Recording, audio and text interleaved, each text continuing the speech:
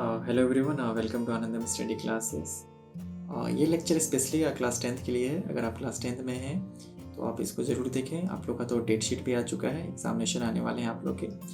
तो मैं एक सीरीज़ स्टार्ट कर रहा हूँ आपके एग्ज़ाम ओरिएंटेड सीरीज़, ठीक है, जिसमें कि चैप्टर्स को हम कोशिश करेंगे 20 मिनट्स में कंप्लीट कर देने को। और 20 मिनट्स कंप्लीट करके प्लस उसमें हम लोग इम्पॉर्टेंट टॉपिक्स पे ज़्यादा फोकस करेंगे, प्लस क्वेश्चंस पे कि कहाँ से क्वेश्चन उठेंगे, कहाँ से क्वेश्चंस कम उठेंगे, इसके बारे में भी हम लोग डिटेल बात करेंगे। और कोशिश करेंगे इन 20 मिनट्स हम अच्छे से चैप्टर को कंप्लीट कर लें, मतलब अच्छे से, क्योंकि कॉन्सेप्ट हमारा रहना चाहिए। अगर कॉन्सेप्ट नहीं रहता है तो हम कुछ लिख ही नहीं पाएंगे।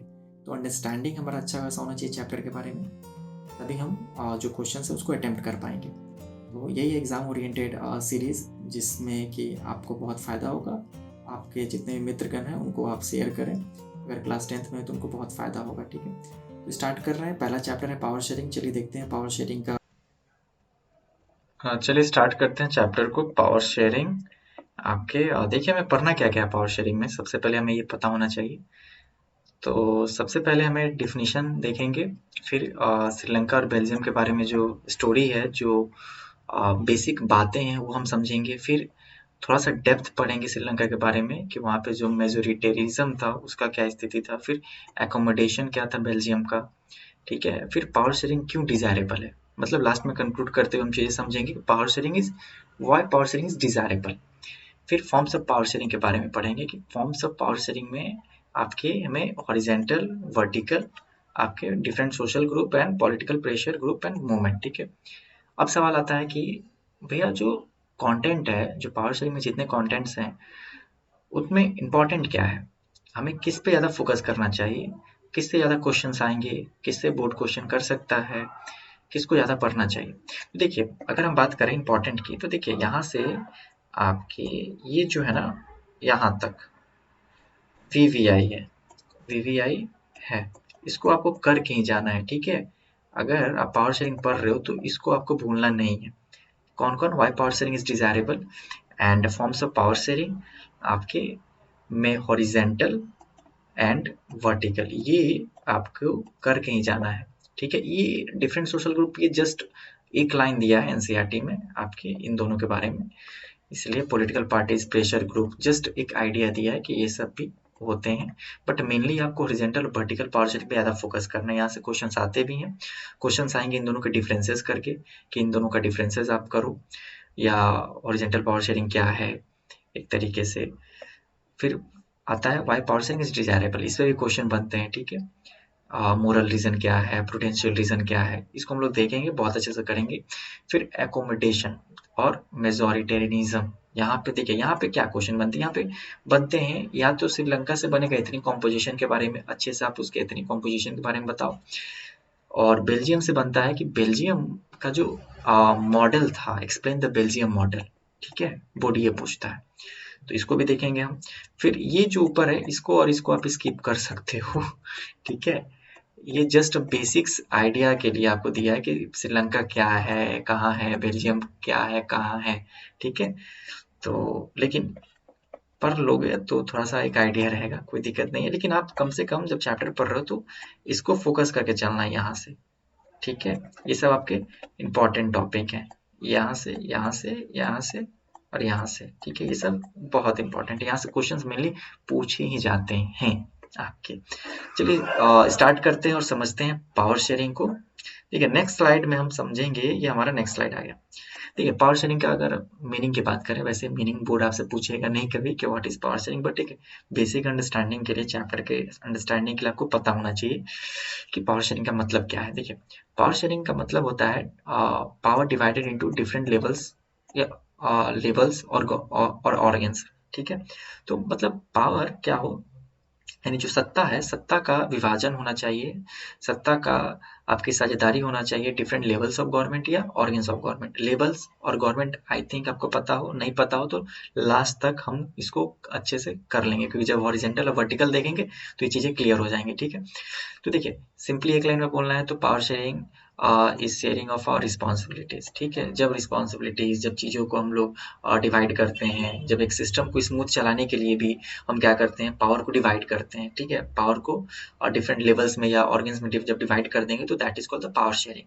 ठीक है, तो ये एक बेसिक मीनिंग रहा, वैसे पूछेगा नहीं बट एक लेवल ऑफ अंडरस्टैंडिंग के लिए आपको पता होने चाहिए। देखिए, पावर शेयरिंग में हमें दो पढ़ना है, एक बेल्जियम के बारे में और एक श्रीलंका, मोटा मोटी यही है। ठीक है, पहले बेल्जियम के बारे में कुछ समझते हैं बेसिक बातें, फिर श्रीलंका पे आते हैं। बेल्जियम जो है वो एक छोटा देश है यूरोप का, यूरोप आपको पता होगा।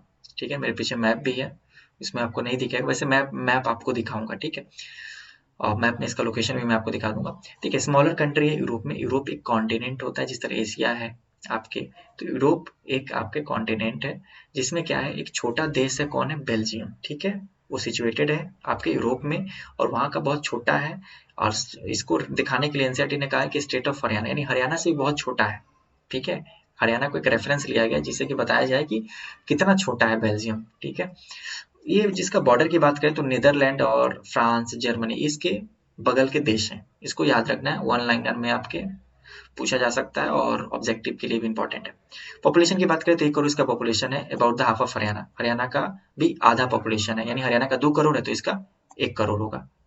ठीक है, ethnic composition of smaller country is very complex. देश छोटा है लेकिन इसका जो एथनिक कॉम्पोजिशन है वो बहुत अलग है, मतलब बहुत कॉम्प्लेक्स है। आप इसको देखेंगे कैसे कॉम्प्लेक्स हम लोग आपके।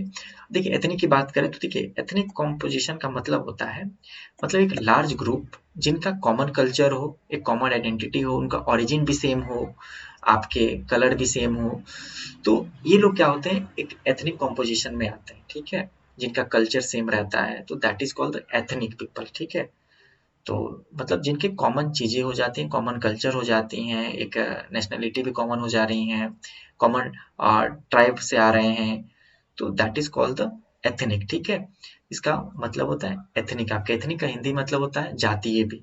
ठीक है, जातीय। तो आपको आई होप समझ में आएगा एथनिक क्या है, और इसी का हम लोग देखेंगे कि एथनिक कॉम्पोजिशन क्या है। यहाँ मैंने लिखा भी है division based on the shared culture. ठीक है, मतलब एक कॉमन कल्चर होगा जो कि बहुत लोग क्या करेंगे, साथ में शेयर करेंगे उस चीजों को और वो एक फॉर्म कर देंगे एक एथनिक ग्रुप। ठीक है, उनका ग्रुप का नाम भी हो सकता है कि वो इस ग्रुप के हैं, आपके वो इस ग्रुप के हैं।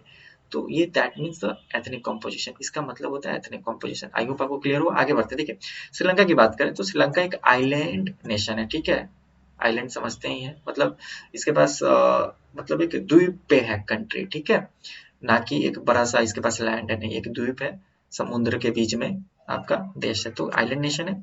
पॉपुलेशन इसका 2 करोड़ है, सेम एज हरियाणा, यानी हरियाणा के बराबर है। श्रीलंका डाइवर्स है, डाइवर्स इन पॉपुलेशन, इसका जो पॉपुलेशन वो थोड़ा डाइवर्स है। कैसे डाइवर्स है हम लोग देखेंगे। ठीक है, हाँ, मैप देख लेते हैं हम लोग इसका। अगर बेल्जियम की बात करें, मैप ये नहीं, देखिए ये रहा हरियाणा हमारा। ठीक है, यहाँ आपको हरियाणा दिखाई दे रहा है, देख रहे हैं, दिल्ली के जस्ट बगल में आपका हरियाणा सटा हुआ। बेल्जियम को देखते हैं हम लोग। देखिए, ये है बेल्जियम। अगर वर्ल्ड मैप की बात करें तो वर्ल्ड मैप में यहाँ आपका बेल्जियम आता है। ठीक है, ये इंडिया रहा, यहाँ पे बेल्जियम। ठीक है, ये कुछ इसको जूम करके आपको यहाँ दिखाया गया है। ठीक है, तो ये यूरोप आ जा रहा है ना, कॉन्टिनेंट। यहाँ पे देखते हैं, हाँ, इस मैप में क्लियर आ रहा है। देखिए, यहाँ भी क्लियर नहीं, बहुत छोटा है ना, तो आप मैप में देख सकते हो इसका लोकेशन। देखो यहाँ, देखो इस छोटे वाले में आप देख सकते हो कि बेल्जियम यहाँ पे है, इसके बगल में जो कंट्री है आपके नीदरलैंड, जर्मनी, आपके ये सब क्या है, इसके नेबरिंग कंट्री हैं। ठीक है, तो ये तो हो गया, आपका मैप हो गया। तो आई थिंक आपको कुछ आइडिया लगा होगा कि क्या है। चलो चैप्टर पे आते हैं।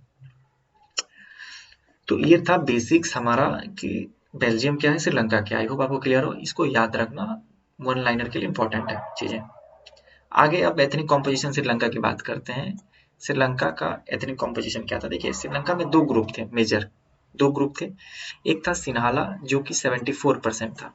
ठीक है, सिन्हाला स्पीकर्स, यानी वैसे लोग जो सिन्हाला बोलते थे उनका पॉपुलेशन 74% था श्रीलंका में, जो कि बुद्धिस्ट रिलीजन फॉलो करते थे। दूसरे थे तमिल स्पीकर, वैसे लोग जो तमिल बोलते थे जिनका रेशियो 18 था, यानी 18% था, जिनका 18% रेशियो था आपके, जो कि हिंदू भी थे या मुस्लिम भी थे। ठीक है, दोनों थे। मोस्ट ऑफ तमिल स्पीकर्स क्या थे, हिंदू और मुस्लिम दोनों। यहाँ पे क्या थे, बुद्धिस्ट थे जो सिन्हाला स्पीकर्स थे। तो याद रखना ऑब्जेक्टिव में पूछ देगा कि जो सिन्हाला स्पीकर्स थे उनका रेशियो बताओ कितना है, 74% आप बताओगे। फिर वो कौन सा रिलीजन फॉलो करते हैं, उनका धर्म क्या था, मोस्टली वो किस धर्म को फॉलो करते थे, तो बुद्धिस्ट। ठीक है, सिन्हाला जो स्पीकर्स थे वो बुद्धिस्ट थे। फिर यहाँ तमिल स्पीकर में डिवाइडेशन है 18% में आपका दो, एक है श्रीलंकन तमिल, एक है आपके इंडियन तमिल। देखिए श्रीलंकन तमिल क्या था, उनका रेशियो था 13%। Sri Lankan Tamil that means native Tamil, जो कि मूल निवासी थे श्रीलंका के। और इंडियन तमिल मतलब वो लोग जो मूल निवासी नहीं थे, जो कि ब्रिटिश के टाइम में या कॉलोनियल टाइम में काम करने के लिए आए थे श्रीलंका और वहीं पे बस गए, उनका घर द्वार वहीं पे बन गया आपके, और उनका वंश वहीं से आगे बढ़ने लगा। तो उनको वो लोग बोल रहे हैं कि वो क्या है, इंडियन तमिल है, वो नेटिव तमिल नहीं है, वो वहां से आपके बॉर्न नहीं हुए हैं, उनका जन्म श्रीलंका में नहीं हुआ, वो इंडिया में हुआ, काम के लिए आए थे लेकिन घर द्वार सब बस गया, तो बस गया। तो come from India as a population worker during a colonial period. ठीक है, मैंने लिखा हुआ मेंशन किया हुआ, माइंड में रखना है। फिर 7% जो था वो क्रिश्चियंस थे। ठीक है, याद रखना है श्रीलंका में जो 7% था रेशियो, वो क्रिश्चियन का था। वो क्या थे, बौद्ध तमिल और सिन्हाला दोनों थे। ठीक है, यानी तमिल, कुछ लोग तमिल भी थे, कुछ लोग सिन्हाला भी थे। यानी 7% आपका क्रिश्चियन का रेशियो था, वो आर बौद्ध तमिल एंड सिन्हाला। क्लियर, आगे बढ़ते हैं, नेक्स्ट स्लाइड हम लोग चलते हैं। अब समझते हैं बेल्जियम का। ठीक है, बेल्जियम का एथनिक कॉम्पोजिशन क्या था। ठीक है, याद रखना एथनिक कॉम्पोजिशन इंपॉर्टेंट है, पूछा जाता है, क्वेश्चंस आते हैं, याद रखना है। देखिए बेल्जियम का जो कैपिटल है वो ब्रुसेल्स है, ब्रुसेल्स इज द कैपिटल। यहाँ पे दो रीजन थे मेनली। ठीक है, दो रीजन थे, दो रीजन कौन कौन, एक फ्लेमिश था और एक वेलोनिया था, वेलोनिया। ठीक है, देखिए फ्लेमिश में क्या था, 59% पीपल जो थे वो डच बोलते थे। फ्लेमिश में जो लोग रहते थे वो डच बोलते थे आपके, 59% रेशियो याद रखना है। वेलोनिया में जो रीजन था वो 40% पीपल थे जो कि फ्रेंच बोलते थे। ठीक है, लैंग्वेज के बेसिस पे है चीजें। और ब्रसेल्स यानी जो कैपिटल था उसमें 80% जो था वो रेशियो फ्रेंच का था, यानी जो कैपिटल में था बेल्जियम का, वहां जो लोग रहते थे वो 80% फ्रेंच बोलते थे। ठीक है, और जो 20% थे वो डच बोलते थे। यहाँ 80-20 का रेशियो है। ठीक है, यहाँ पे दो जो रीजन है, वेलोनिया और फ्लेमिश, वहां पे क्या है, वेलोनिया में 40% फ्रेंच एंड फ्लेमिश में 59% पीपल आर डच। ठीक है, तो ये चीजें क्लियर होनी चाहिए, माइंड में डाटा आप याद रखिएगा। और नोट में लिखा है कि 1% जो पीपल थे वो जर्मन थे। ठीक है, जर्मन लैंग्वेज बोलते थे, यानी बेल्जियम में 1% ऐसे लोग थे जो कि जर्मन बोलते थे। अब देखिए क्या हुआ, ऐसा डिवाइडेशन से क्या हुआ था कि 1950 1960 में एक टेंशन स्टार्ट हो गया था इन कम्युनिटी के बीच में। अब होगा ही, मान लीजिए कैपिटल में कुछ और रेशियो है और ये रीजन में और रेशियो है। और कैपिटल तो मेन होता है किसी कंट्री का जहाँ पे चीजें चलती हैं, और यहाँ पे ही पूरा आपके रेशियो उल्टा हो रहा है, तो कहीं ना कहीं जो थे वो डिफरेंसेस आ जा रही थी उन दोनों के बीच में आपके लैंग्वेज को लेकर, जिससे कि 1950 1960 में टेंशन आपके स्टार्ट हो गए। चलिए नेक्स्ट स्लाइड हम लोग देखते हैं, मेजोरिटेरिज्म इन श्रीलंका। ठीक है, ये वीवीआई हमारा टॉपिक है, यहाँ से आपके क्वेश्चंस बनते हैं अच्छे खासे। ठीक है, समझते हैं आपके, आप इसको रीड करना अच्छे से। इसका लिंक आपको पीडीएफ का पॉलिटिकल साइंस का जो प्लेलिस्ट है उसमें मैंने लिंक इसका पिन अप कर दिया है, वहां से भी आप डाउनलोड कर सकते हो, नहीं तो आप मैं इसको डिस्क्रिप्शन बॉक्स में भी ऐड कर दूंगा। ठीक है, तो देखिए श्रीलंका इंडिपेंडेंट होता है 1948 में। ठीक है, आप इसको रीड करते चलना, मैं इसको स्टोरी की तरह आपको अच्छे से समझा दे रहा हूँ। 1948 में इंडिपेंडेंट नेशन के तौर पे आता है, जो सरकार बनती है वो सरकार क्या करता है, सिन्हाला सुपरमेसी पॉलिसी को फॉलो करता है, एस्टेब्लिश कर देता है, जिसमें कि वो मेजोरिटी जो सिन्हाला है उनके लिए ही काम करता है, यानी अब जो काम होंगे वो सिन्हाला के लिए होंगे।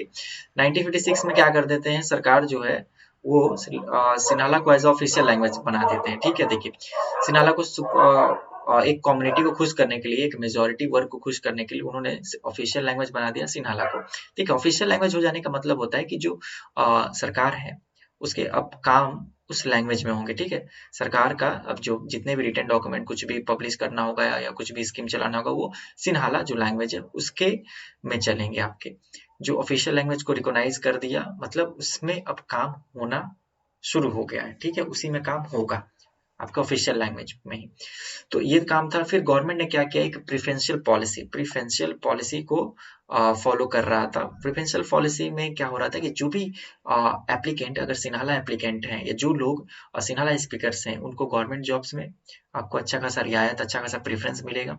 प्लस आपके एडमिशन में, अगर यूनिवर्सिटी में वो दाखिला लेने जा रहे हैं तो उनको, अगर यूनिवर्सिटी वाले को पता चला कि आप सिन्हाला हो तो आपको फर्स्ट प्रायोरिटी आपको दी जाएगी। आपका फिक्स है कि आपका एडमिशन हो ही जाएगा, ठीक है, अगर ज्यादा कंपटीशन नहीं रहा तो ये प्रिफरेंशियल पॉलिसी को सरकार ने फॉलो कर रहा था, जिसके कारण क्या हो रहा था कि एक जो मेजोरिटी वर्ग था उसको ज्यादा से ज्यादा फायदा मिल रहा था। इसके बाद क्या हुआ, देखिए बहुत समय के बाद क्या हुआ कि अब बिल्कुल बात है, ये जो चीजें चल रही हैं वो कहीं ना कहीं एक जो माइनॉरिटी वर्ग है, जो श्रीलंकन तमिल्स थे, उनके अंदर एक ऐसा भाव ला रहा है कि हम अलग हैं, हमारे लिए सरकार कुछ कर नहीं रहा है। बिल्कुल सही बात है, उनके लिए कुछ कर भी कहा रहा था, वो तो सिन्हाला सुपरमेसी के तहत काम कर रहा था, जो मेजोरिटी वर्ग थे उन्हीं को खुश करने में लगा हुआ था। तो बाद में क्या हुआ, लोगों, श्रीलंकन तमिल्स के अंदर अब एक अलगाव की भावना आने लगी, एलिनेशन का फीलिंग आने लगा, जो कि खतरे की निशानी है किसी भी देश के लिए आपके। देखिए क्या हुआ, तो श्रीलंकन तमिल्स ने क्या किया कि एक पार्टी लॉन्च किया, ठीक है, लॉन्च्ड पार्टी, जिसमें वो कुछ अपनी मतलब जो भी जो फीलिंग था आपके कि हमारे साथ भेदभाव हो रहा है, कि हमारे साथ हमें क्या चाहिए, उनका एक डिमांड क्या था प्रॉपर, वो भी अपनी बात बताते हैं। वो सब एकजुट होते हैं, इन चीज़ों पर डिस्कस करते हैं और अपनी बात को आगे बढ़ाने के लिए सब डिमांड आगे रखते हैं, ठीक है। तो पार्टी में देखिए क्या था, वो 4 बातों को फोकस कर रहे थे उनका। ये क्वेश्चन भी आता है यहाँ से आपके, और यहाँ से क्वेश्चंस भी आता है कि जो श्रीलंकन तमिल्स थे उन्होंने पार्टी लॉन्च किया तो उनका डिमांड क्या था बेसिकली, आप उसको एक्सप्लेन करो।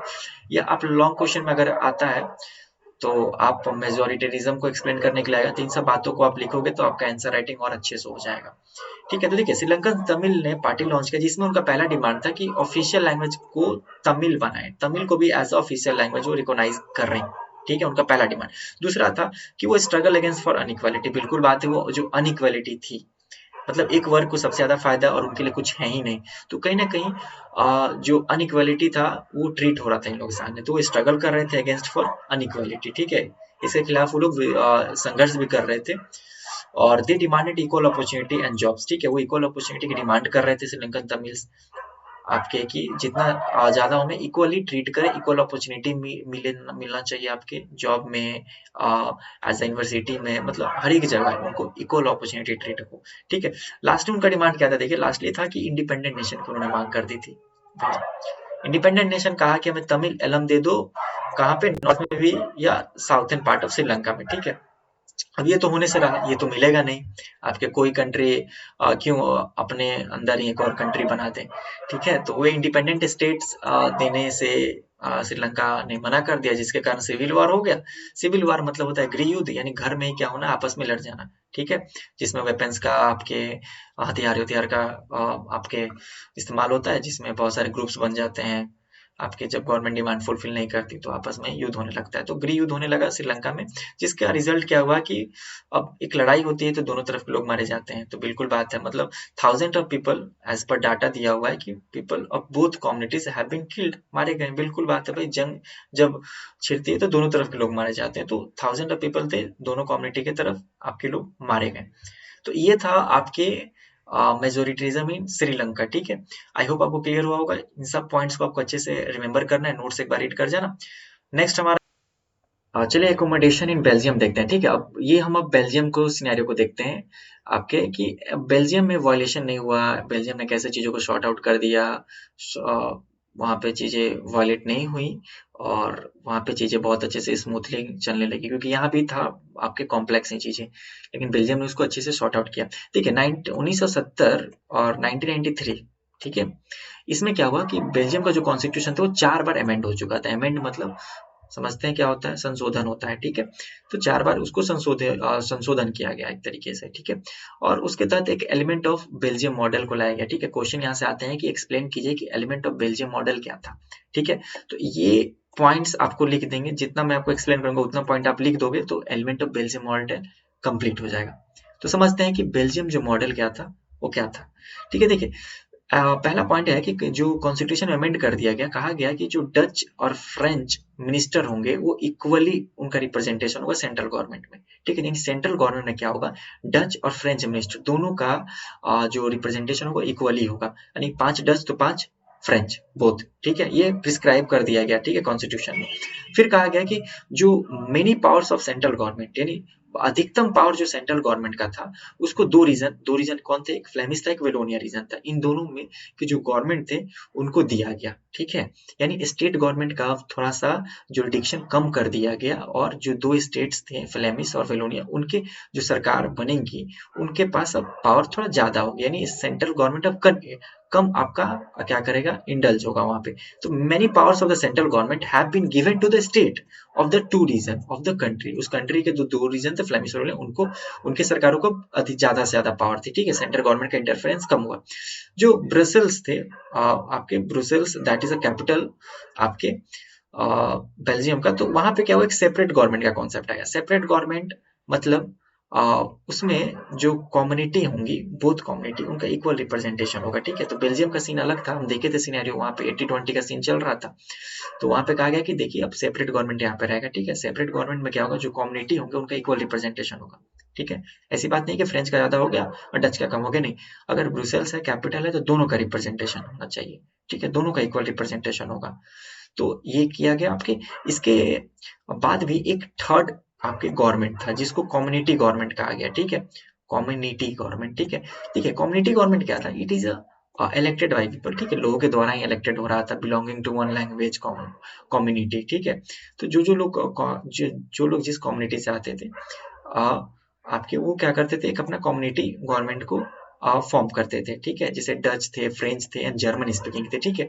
तो ये क्या करते थे, कम्युनिटी गवर्नमेंट का फॉर्म करते थे आप पे। और कम्युनिटी गवर्नमेंट का बहुत ज्यादा पावर नहीं था, पावर था उसका बस cultural, educational and language related issue, इन्हीं पे काम करना उसका था बेसिकली, ठीक है। तो ये थर्ड गवर्नमेंट था जो कि कम्युनिटी गवर्नमेंट था, जो कि लोगों के द्वारा, जो जिस कम्युनिटी से जो लोग बिलोंग करते थे, वो क्या करते थे, इसको आपके इलेक्ट करते थे, बनाते थे गवर्नमेंट। और गवर्नमेंट का बहुत ज्यादा पावर नहीं था, वो कल्चरल से काम करता था, एजुकेशनल से काम करता था, लैंग्वेज रिलेटेड इशू था, ठीक है। तो ये था आपके एकोमोडेशन इन बेल्जियम, ठीक है। नेक्स्ट हमारा आएगा होगा कि why power sharing is desirable. Next हमारा है why power sharing is desirable, ठीक है। पावर शेयरिंग क्यों जरूरी है, आपने दो चीजों को पढ़ा, श्रीलंका का पढ़ा, आपके बेल्जियम का पढ़ा। तो बताइए कि जो पावर शेयरिंग है वो क्यों डिजायरेबल है, क्यों जरूरी है पावर शेयरिंग, क्यों। तो इसको समझते हैं। ये वीवीआई टॉपिक है, यहाँ से आपके क्वेश्चंस आते हैं, लॉन्ग क्वेश्चंस बनते हैं, याद रखना है। यहाँ से कभी कभी बोर्ड क्वेश्चन आपको, अगर प्रीवियस ईयर पेपर देखोगे तो उसमें फिक्स रहेगा पावर शेयरिंग का ये क्वेश्चन आता है, ठीक है। कि वो डिजायरेबल क्यों, इंपॉर्टेंट क्यों है, एक्सप्लेन कीजिए, इलोबरेट कीजिए आपके। तो आप अगर 5-6 नंबर का था तो आप थोड़ा सा रेफरेंस दोगे भी कि ऊपर का बेल्जियम का और आपके श्रीलंका का था केस, उसको भी आप मेंशन करोगे, उसके साथ आप बताओगे कि पावर शेयरिंग क्यों डिजायरेबल है। देखिए समझते हैं, यहाँ पे पहले प्रूडेंशियल का थोड़ा मीनिंग समझ लेते हैं।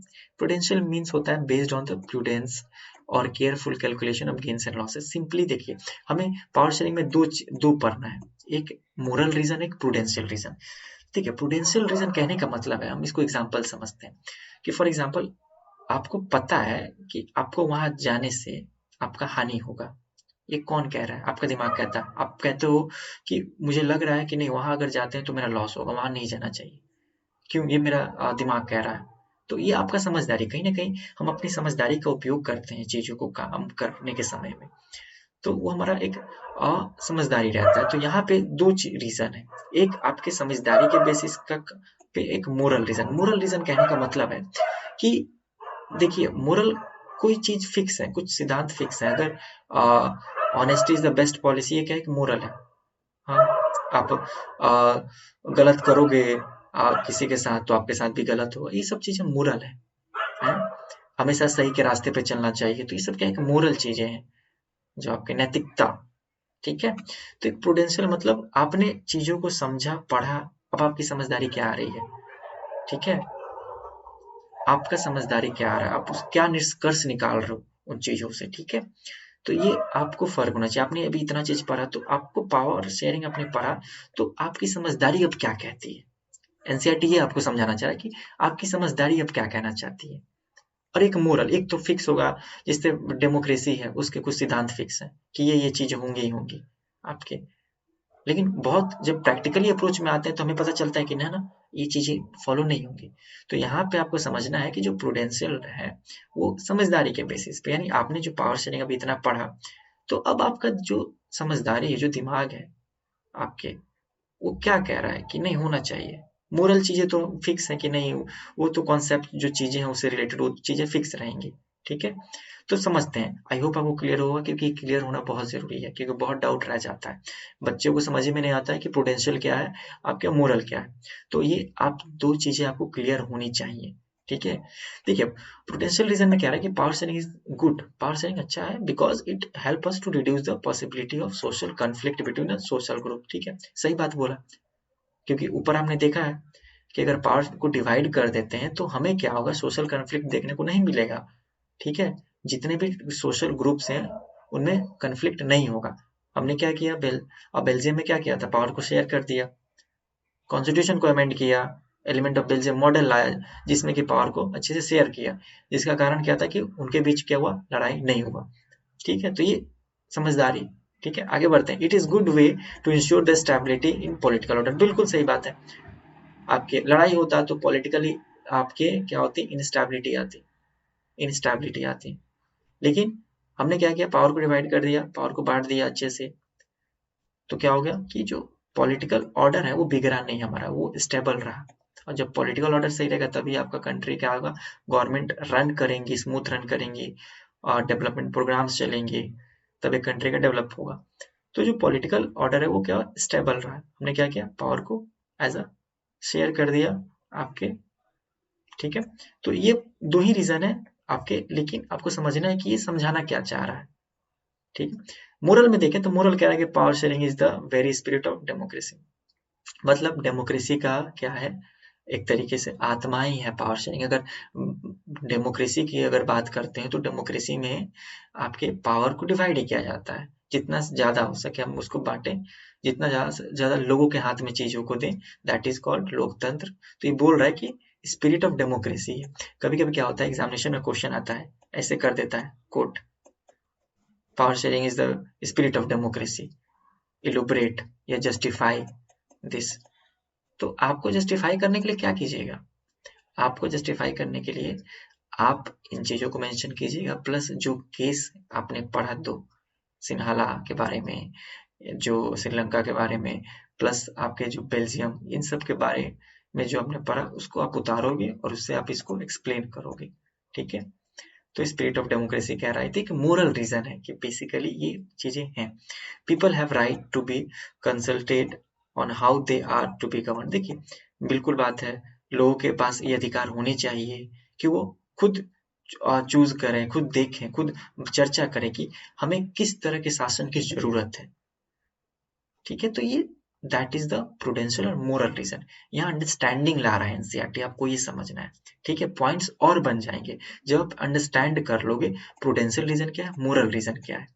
ठीक है, तो आई होप आपको क्लियर हुआ होगा, मीनिंग अच्छे से क्लियर होना इंपॉर्टेंट है, पॉइंट बन जाएंगे जब आप आंसर राइटिंग करोगे तो बहुत ज्यादा पॉइंट लिख सकते हो। ठीक है, और समझना इसको इसलिए जरूरी है कि यहाँ से क्वेश्चंस आते भी हैं, और जब आप कॉन्सेप्ट क्लियर रखोगे तब आप ज्यादा से ज्यादा लिख सकते हो। ठीक है, तो आगे बढ़ते हैं हम लोग, और आगे हमारा है फॉर्म्स ऑफ पावर शेयरिंग। ठीक है, तो ठीक है, forms of power sharing is very easy. इसमें दो चीजें हैं, एक हॉरिजॉन्टल पावर शेयरिंग पढ़ना है जिसको ऑर्गन्स ऑफ गवर्नमेंट कहते हैं। देखिए हॉरिजॉन्टल पावर शेयरिंग कहता है कि power is share among the different organs of government. देखिए ऑर्गन्स ऑफ गवर्नमेंट किसको कहा जाता है, आपके लेजिस्लेचर, एग्जीक्यूटिव एंड जुडिशियरी, ये तीन चीजों को ऑर्गन्स ऑफ गवर्नमेंट कहा जाता है। जब जब हॉरिजॉन्टल पावर शेयरिंग नाम आए आपको ऑर्गन्स याद आना चाहिए। ठीक है, ठीक है, ऑर्गन्स कौन कौन है, लेजिस्लेचर, एग्जीक्यूटिव एंड जुडिशियरी, तीन ऑर्गन होते हैं किसी भी गवर्नमेंट के। ठीक है, तो जब इन तीनों के बीच में पावर को बांट दिया जाता है, डिवाइड कर दिया जाता है, लेजिस्लेचर का अलग पावर है, एग्जीक्यूटिव का अलग पावर है, जुडिशियरी का अलग पावर है, that is called horizontal power sharing.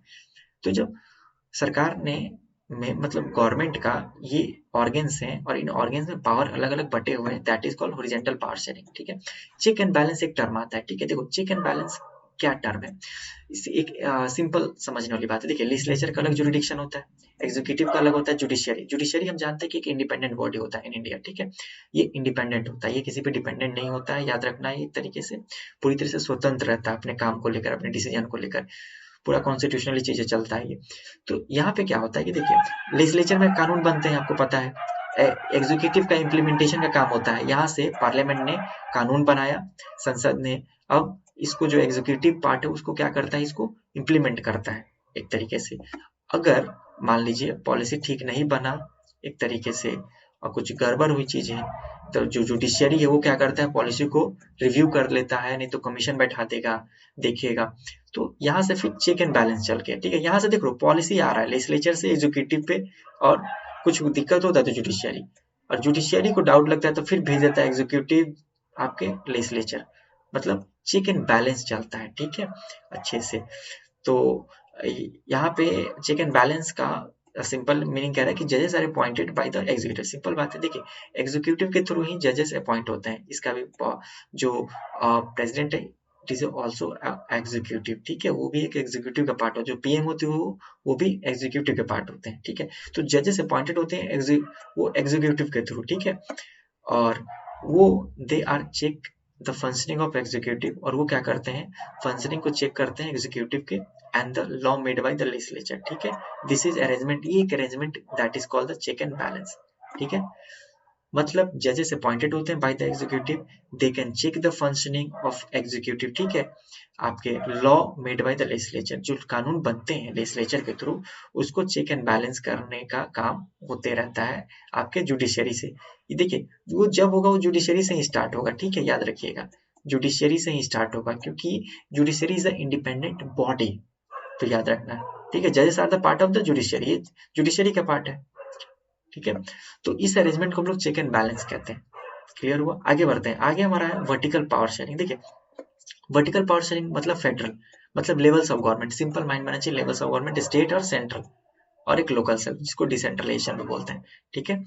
तो power can be share among the different levels of government, that is called the आपके फेडरल गवर्नमेंट, ठीक है। या vertical power sharing, vertical power sharing में सेंट्रल, स्टेट और local self के बीच में power divide हो जाती है, दैट इज कॉल्ड द आपके वर्टिकल पावर शेयरिंग। जो हमारा नेक्स्ट चैप्टर है फेडरलिज्म, उसमें बहुत अच्छे से हमके फेडरल के बारे में पढ़ना है, मतलब पूरा वर्टिकल पावर शेयरिंग अरेंजमेंट को हमें देख लेना है। तो उसमें हम लोग जब पढ़ेंगे तो बहुत ज्यादा डिटेल हमको मिलता है, तो आंसर राइटिंग में भी आपको बहुत ज्यादा काम आ जाएगा वो, ठीक है। नेक्स्ट कह रहा है कि पावर में ऑल्सो भी shared among the different social group. देखिए, बहुत सारे सोशल ग्रुप पे भी पावर शेयर हो सकते हैं, जैसे religions and linguistic group. Linguistic group मतलब भाषा के आधार पे अलग अलग स्पीकर्स, अलग अलग लोग अलग अलग भाषा बोलते हैं, तो that are called linguistic groups.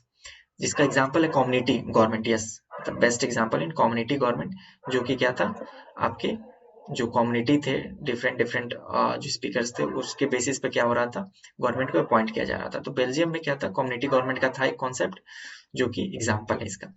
और लास्ट हमारा point that is called power sharing arrangement can also be seen in the way of political parties, pressure group, movement and control and influence in the power. Simple देखिए, कहने का मतलब है कि देखिए political parties होती हैं, उसमें भी आप देख सकते हो पावर को लेकर, ठीक है। प्रेशर ग्रुप कहने का मतलब होता है कि जैसे एक वो क्या करते हैं, सरकार पे प्रेशर बनाते हैं। जैसे हर एक आपके जो ऑर्गेनाइजेशन होते हैं उसके कुछ प्रेशर ग्रुप्स होते हैं, ठीक है। एसोसिएशन बना लेते हैं बहुत लोग, एसोसिएशन बनाकर क्या करते हैं, एज उसको प्रेशर ग्रुप पे काम करते हैं, ठीक है, कि वो सरकार पे एक दबाव डालने का काम करता है। सरकार को भी वो चेक करते रहता है, अगर आपने इस पॉलिसी को लाया है तो इस पॉलिसी में करप्शन हुआ है, तो उसको बात को उठाते हैं।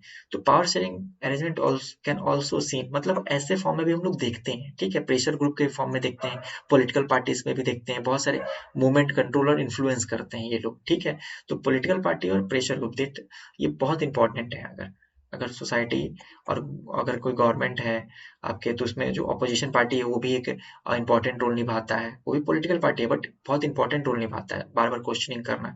प्लस प्रेशर ग्रुप भी क्या करते हैं, प्रेशर बनाते रहते हैं। बहुत सारे ऑर्गेनाइजेशन होते हैं जो बार बार काम करते हैं, सरकार के जो चीजों को है, पॉलिसी को है, वो रिव्यू करते रहते हैं, चेक करते रहते हैं। कुछ भी आता है तो वो मूवमेंट स्टार्ट कर देते हैं, ठीक है, जिससे कि एक तरीके से पावर पे इन्फ्लुएंस पड़ता है। तो ये था पूरा चैप्टर आपके, आई होप आपको क्लियर हो गया होगा। आप एक बार नोट्स को अच्छे से रीड कर लीजिएगा, और मुझे नहीं लगता आपको दिक्कत होना चाहिए। अगर कुछ डाउट होता है तो आप कमेंट करिएगा, ठीक है? और कमेंट करिएगा तो I will be response you.